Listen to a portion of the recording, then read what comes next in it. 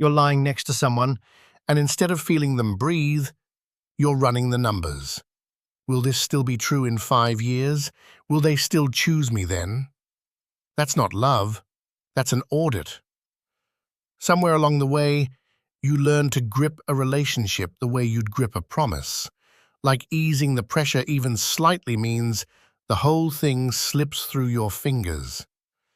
And that grip doesn't feel like fear. It feels like devotion. It even feels like proof. In a moment, I'll show you the exact distinction that separates loving a person from loving the guarantee you need them to be. One line, and it changes how you read every argument, every silence, every "I love you" you've said since. And by the end, you'll see why the tightest hold in this picture might be the least secure thing in it.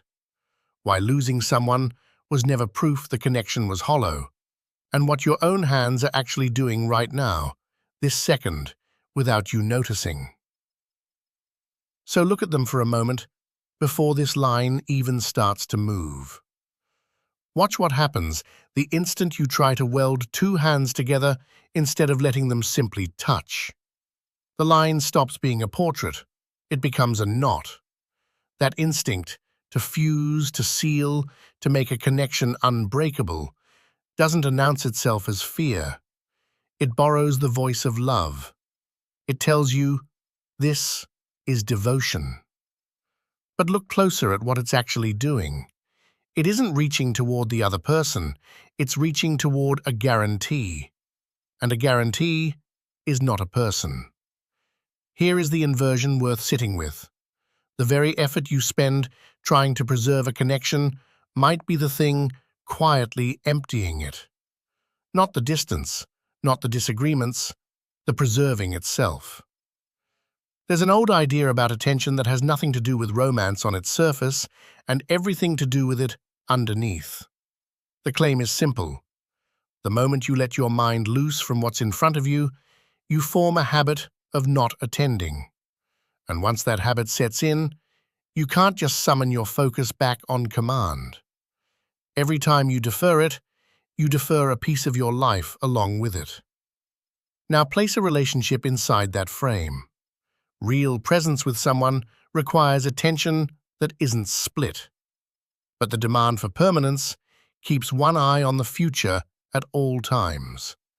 Will this last? Will they stay? What happens next? That eye never closes. So the person in front of you is only ever getting partial light. Here's where it gets specific. There is loving someone, and there is loving the promise that they will keep loving you exactly this way, forever. Those feel identical from the inside. They are not the same thing. What often gets asked for in a relationship isn't really unconditional love.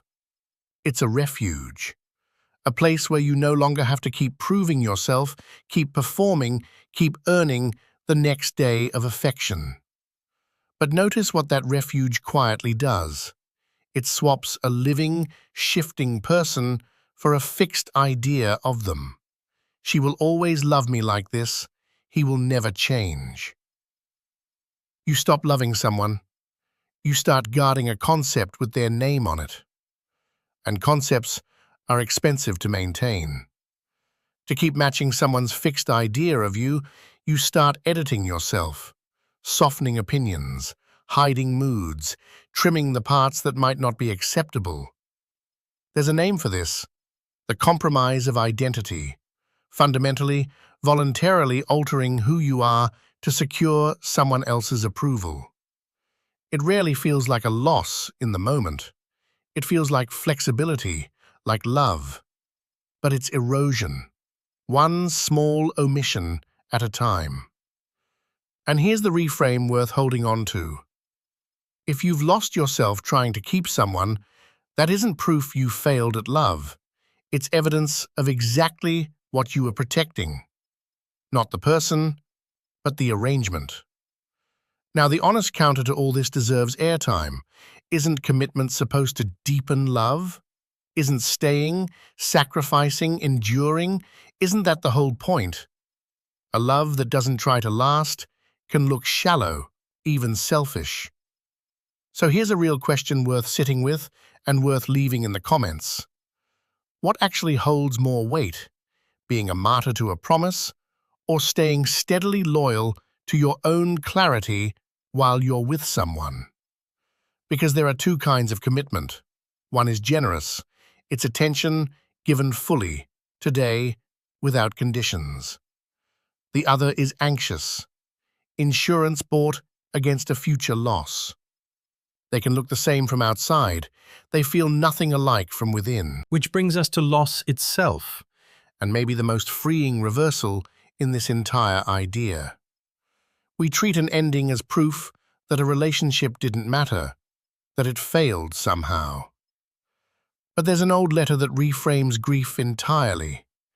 If you lose a friend, the point isn't to mourn that you no longer have them. It's to rejoice that you once did. A part of what you loved doesn't vanish just because circumstance took the person away. The past is yours. Nothing is more secure than what has already happened. So the ache you feel isn't evidence the connection was hollow. It's the receipt. It's proof the thing was real enough to leave a mark. Which points to a different model of connection altogether, one that never needed forever in the first place. Think of the sheer pleasure of an honest exchange between two people, a thought landing exactly where it was meant to, a feeling met instead of missed. That moment doesn't require a future to justify it. It's already complete. Let the soul trust that it will meet what it loves again, somewhere, somehow, and it can be at peace alone for a long, long time. The meaning was never stored in the duration. It was already fully spent, fully real, in the moment it happened. Nothing needed to be banked for later.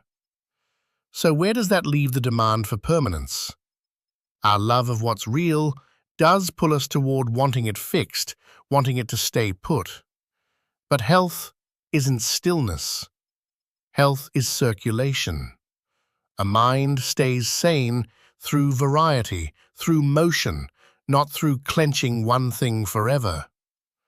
Letting go of the requirement that a connection last isn't giving up on people. It's what finally lets you see the one in front of you clearly, instead of the fixed idea you've been defending. Go back to that line tracing two hands. It never needed to close the gap. Touching fully, once, now. That was always the whole relationship. So ask yourself, and tell us below, what are you really trying to hold on to when you hold on tighter?